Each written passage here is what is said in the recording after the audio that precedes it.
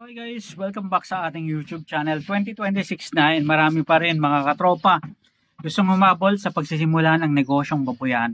Ngayong araw na to, pag-usapan natin magkano na ba ngayong 2026 ang maaaring maging puhunan para makapagsimula ng isang negosyong babuyan, pati ng business. Kabady, mag-aalaga ng 10 baboy.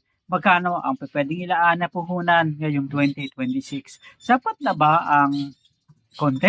O sapat na ba ang tama? Sapat na ba ang malaking puhunan para masakop ang 4 na buwan na pagpapalaki ng isang patiner na baboy hanggang sa maging lumaki ito and maibenta at kumita naman mga katropa.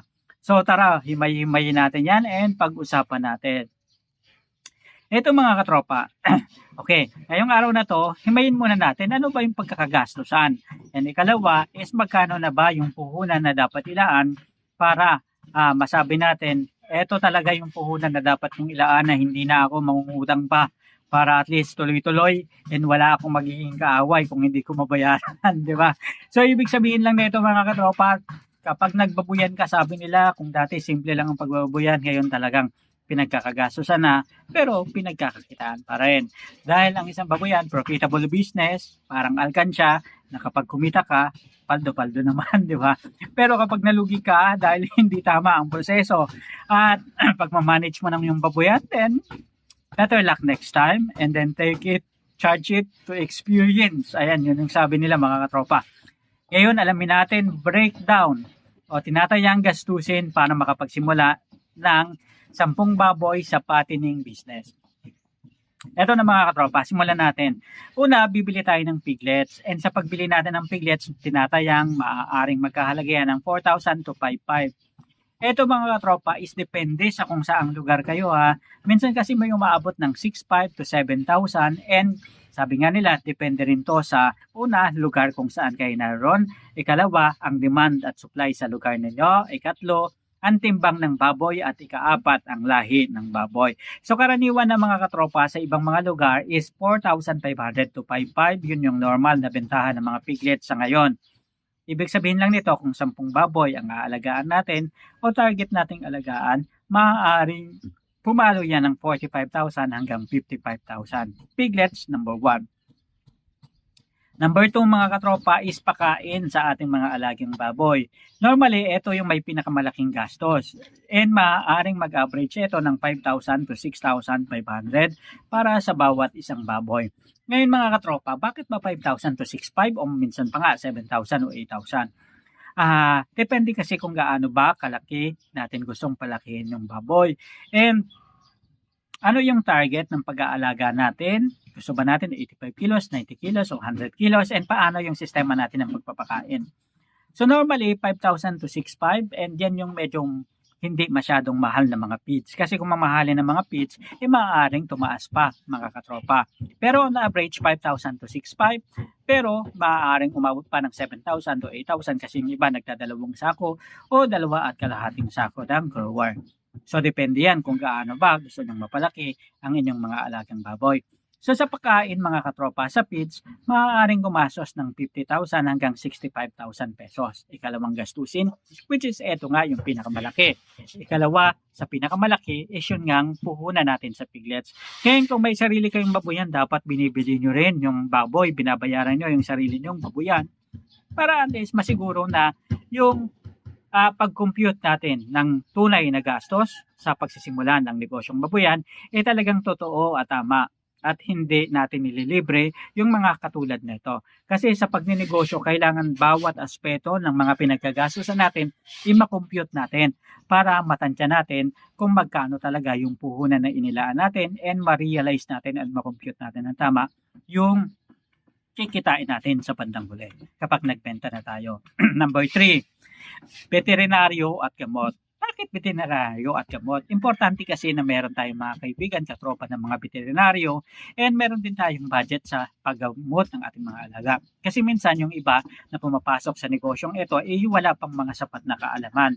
And karaniwan na sa mga baboy is yung nagkakaroon ng sakit, kailangan i-deworm and kailangan turukan ng vitamins, which is vaccination importante mga katropa para maiwasan yung pagkakasakit ng ating alaga and magtuloy-tuloy yung kanilang paglaki.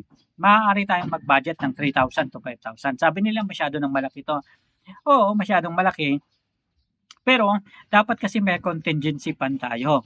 And dito na natin ilagay yung contingency fund natin para in case is may maduduko tayo na pera pambili in case of emergency. Kasi yung mga gamot naman ng baboy, minsan nagkakalaga ng 200, 300. So at least meron tayong reserva na pera. So 3,000 to 5,000 mga katropa. Ika-apat na gastusin is yung kuryente at tubig.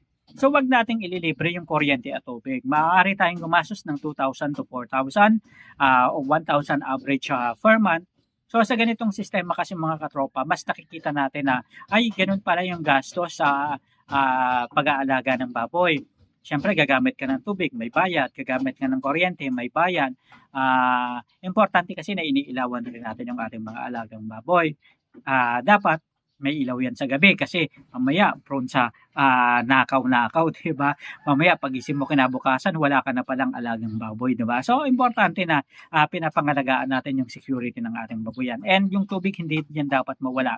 Kasi mangangamoy, babaho ang iyong baboyan and maaaring ireklamo ka mga katropa ng mga kapitbahay mo. And alalahanin natin na yung baboy, kailangan nila ng regular na rasyon ng tubig kasi kailangan nila ng katawan yan. Kailangan nila sa katawan nila yan. And number 5 is yung iba pang mga gastos. 2,000 for transportation. And yung sa pagbili-bili kasi ng mga feeds mga katropa, syempre ito transport mo yan.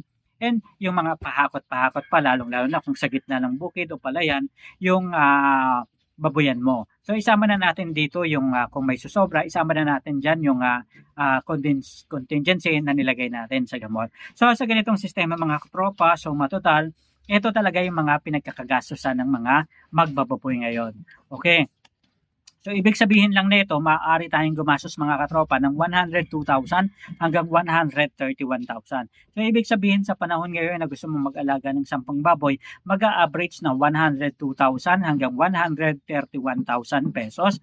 Yan na siguro yung sabihin natin, pinaka-safe na maaari nating gastusin sa pag-aalaga ng baboy.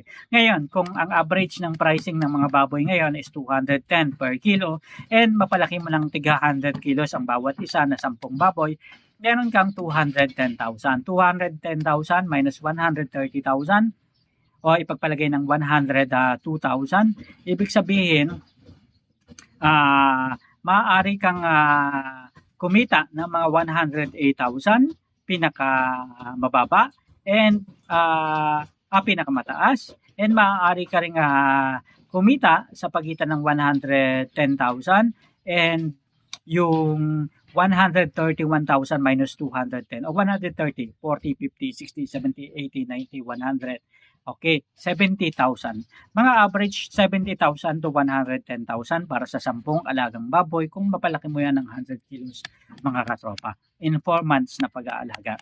So, yan yung kabuuan ng ating vlog ngayon and sana nakatulong yan dun sa mga may nais, may balak at pumasok sa mundo ng agribusiness, mundo ng pag-aalaga ng baboy. So, samahan nyo ako araw-araw, magkwentuhan tayo mga katropa dito lang sa Kabading Boko YouTube channel. Ayan, hanggang sa muli, maraming salamat, paalam.